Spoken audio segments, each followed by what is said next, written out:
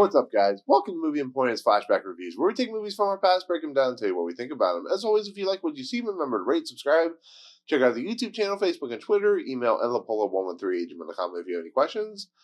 So, Avengers Endgame comes out in a couple of weeks. We finally got tickets released for it that nobody can apparently get because AMC and Regal and Fandango have all crashed. But that's all good because we're not here to talk about Avengers Endgame. We're here to talk about the next movie that came out in May of 2017. And that, of course, is Guardians of the Galaxy Volume 2. It's the follow-up to James Gunn's original movie, Guardians of the Galaxy. It follows the same characters about 6 months later. This movie, of course, stars Chris Pratt, Zoe Saldana, Dave Bautista, Bradley Cooper, Vin Diesel as Groot. It also has Michael Rooker coming back. Gillan is coming back. It also has a whole new cast of characters, and is, like I said, it takes place 6 months later. The 5 characters are now basically they're famous. They are doing things that blew people's mind. With the Infinity Stone, and they took down Ronan the Accuser.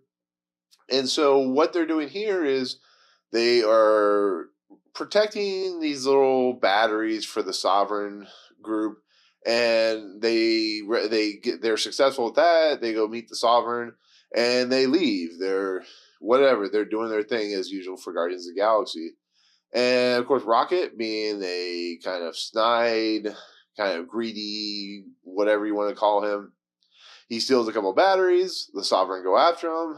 They destroy their ship after they jump into this planet, where their ship crash lands and pretty much destroys itself. And there they meet a character named Ego, who's played by Kurt Russell, and Mantis, who's played by, sorry I'm going to probably mispronounce this, but it's Palm Klementieff. And they find out, or at least Peter Quill finds out, that Ego, Kurt Russell, is his father. And it's really interesting because James Gunn had mentioned that he was never going to use his father in the second movie. Obviously, that was a lie. He played us for fools. Whatever. I don't care. I like Kurt Russell, so I'm gonna take it for what it's worth. But so they split up. The two groups split up. We have Rocket and Groot and Nebula. Karen Gillan's character. They stay behind so that Rocket can work on the ship, and then the rest of the crew, the Drax and Gamora and Peter Quill, go with Ego to Ego's planet, which we later find out Ego is a planet because he's a celestial. And so this is the major fault and the major just fun part of what Guardians of the Galaxy Volume 2 is doing, which is families, relationships of families, how things from our past affect those relationships. And we find out that Ego basically was searching for his heir. In doing that, he traveled the world looking for it, and he found it in Peter Quill's mom. Well, of course, Peter Quill's, because Ego is tied to this planet, his strength, will dissipate and he will die, and therefore the planet will die. So he has to go back. He tried to go visit the mom, and, it didn't work out. Of course, Peter Quill's mom got cancer. Ego hires Yondu, Michael Rooker's character, to basically take him and deliver him to Ego.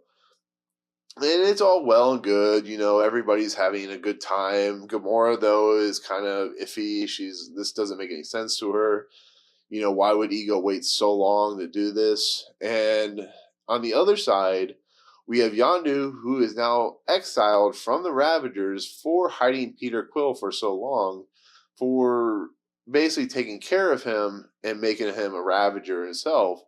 And the Ravagers are led by Sylvester Stallone's character, which is really awesome because Tango and Cash are in this movie, which is not a mistake. Sly Stallone, they wanted him in the movie, and they got him in here in a small part as, like I said, the Ravager leader.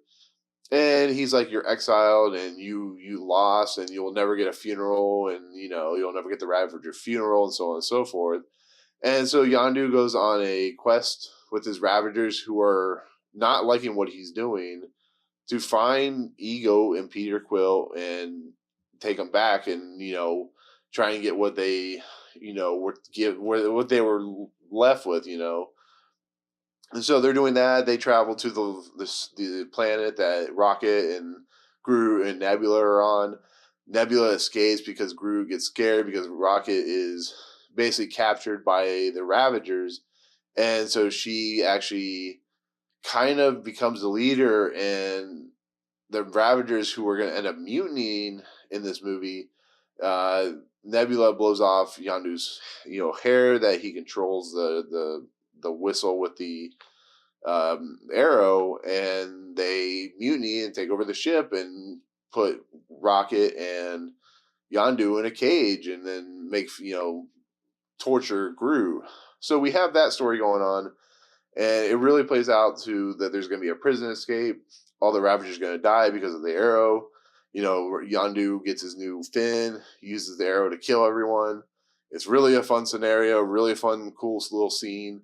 And that ends, and then they go after the rest of the crew because they learn that Ego is not on the level. He's a bad guy. And the reason behind that was Ego, who is like a celestial, who's like a living god, basically, has been searching for his heir, but he's been searching everywhere. He has copulated or had relations with many different creatures, many different civilizations, planting his seed into the ground that is going to corrupt the whole world and become another part of Ego. And he did that with his mother, with Peter Quill's mother, and he basically doesn't care about Peter Quill. He just wants his future to expand, and it's not in a civil way. He's trying to take over the universe like every other bad guy in this entire Marvel Cinematic Universe, and that's what I don't like about these movies is they're all trying to take over the world. There's no real logic to it. At least Thanos is trying to bring order to the world, where these guys just want to take over the world, and it just doesn't make any sense. So we learned that Ego is not only not on the level, but he was the one that gave Peter Quill's mom the cancer in her brain, the tumor, and there you go. They have a battle at the end. Peter Quill and Ego fight each other. Peter Quill eventually wins. There's this really cool scene where Groot takes the little bomb that they had constructed and he puts it on the heart, and it blows up Ego and kills him.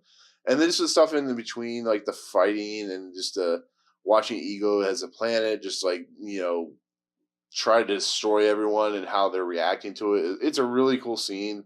The one I think I can't fault about Guardians of the Galaxy Volume 2 is the battle scenes, the action sequences are a lot of fun when they jump through the different worlds, like doing jump points like Mass Effect. That's a lot of fun. It's very humorous, and at the very beginning with the scenes where the title sequence with Groot and you're following him around the space, the little battle sequence that's going on as they're with the Sovereign is actually one of the best parts about the MCU. Groot is just an amazing character to begin with, but Baby Groot's even better.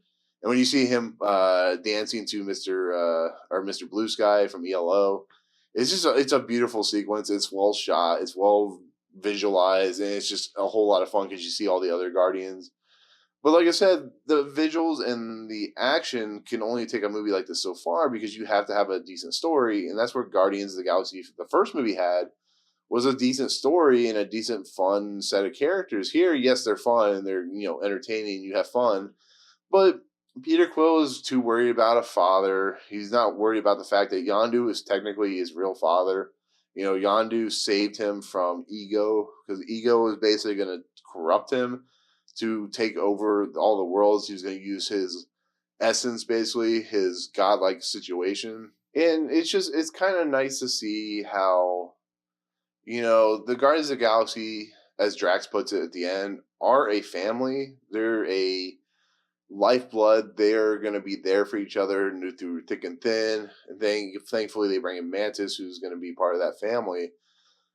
But like I said, I don't like what Kurt Russell's doing in this movie. I don't like what James Gunn has written for him. Kurt Russell is a badass. He's not, I guess because he's an older character actor now, he's going to get these kind of parts, but I just don't feel it's a fun character. There's not much to him outside of corrupting Peter Quill to get what he wants. But, I mean, it is what it is. I can't really fault them for trying. But then you get into the Sovereign stuff, and all they're there is to be a blockade for the Guardians. They're not really that effective at what they do. They have like virtual reality pods or whatever they're called that they use is for warships, and those don't really work for them because they're always getting destroyed. And then they kind of F things up on the planet, and that just kind of sucks because it just doesn't make any sense. The Sovereign could have been completely out of this movie and nothing would have been different about it. They would have somehow still crash landed on the planet. They would have still found Ego, and they would have still destroyed Ego and killed Yondu and all that good stuff. And it just, I don't know. I like Elizabeth Debicki a lot. She's a great actress, especially in Widows, if you've ever seen that. But it just doesn't work. None of it works. It's just another character, a group of characters that don't work. The best part about this movie is the Ravagers and Sly Stallone and, Ving Rhames and Michelle Yeoh pop up as other Ravager leaders. But I don't know. I just feel like this is what happens in second movies of, like, let's say the first movie does really well and the director's brought back to do a sequel. A lot of times they don't happen very well. They're not very well directed, very well acted. They're just kind of there. And it's kind of the middle point to what could possibly be actually a decent third act. And thank God they brought back James Gunn after the whole incident of him getting fired, because I really want to see how he'll complete this arc if it's only 3 movies. But like I said, you can't really not talk about the major part, the thing that is the kind of anchor point of this movie, and is, of course, Yondu. I think this is almost Yondu's, like, his arc from what he was to what he is. And you learn that not only is Yondu a good person, but he's put on almost a front to, after Peter Quill has duped him and he let him go, you really find out that Yondu has an emotional center that is it's quite impactful, because he really cares for Peter Quill. He really has something there that is emotionally attentive to him. He joked always about how he's going to eat him and stuff like that. He's like, it was a joke, but the guy really cared about Peter Quill, and he really cared about his well-being. And it really showed at the very end when Rocket is giving him the breather suit and the rocket pack, and he's like, there's only one of each. And Yondu sacrifices himself to save Peter Quill. It's one of the most impactful scenes in a Marvel movie, just on the simple fact that Michael Rooker is really playing it to 150,000%. And it just shows you that James Gunn just really felt for this character. And it was just nice to see this character's arc just play out as well as it did. And that ending is very emotional. It really makes the movie better than it should be. And when you see all the Ravagers give him the funeral that he deserved, it's powerful. It does bring tears to your eyes how good it is. So he's just an amazing character. He has that Mary Poppins jaw, which is very famous now. It has a lot of memes. And then there's a whole our sister relationship between Nebula and Gamora, which kind of, it goes from Nebula is very angry with Gamora for what happened in Guardians 1, but it's just because she has been accused and abused by Thanos. She always felt that Gamora was the better person.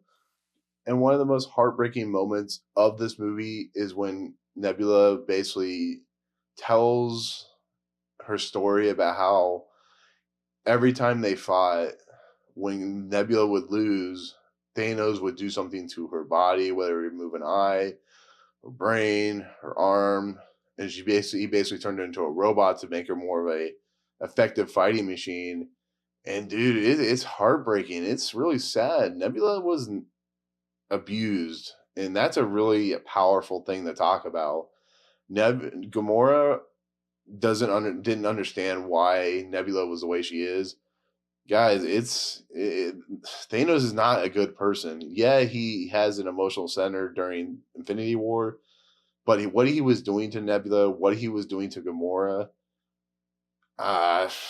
it breaks your heart to see. It really does. It's just, Nebula didn't deserve that. She probably could have been a good person, but that hug that Gamora gives Nebula is something that not only impacts later on, I'm sure with the end game as well, but it's so insane to think about. You know, you think Nebula's just this bad person, and no, she's an abusive person that's been abused, and she's emotionally battered, and she's been worked on, which is really crazy. And to have it play out like that, to them kind of bonding together in a way through their emotions and so on and so forth, it gets you right here. So there's some good stuff in here throughout some of the bad. Like I said, the main story is just not great, but there are moments. The action sequences are amazing. The emotional moments really hit you hard, and the cast of characters are amazing. Outside of Drax, which has just become a punching bag, a joke at this point.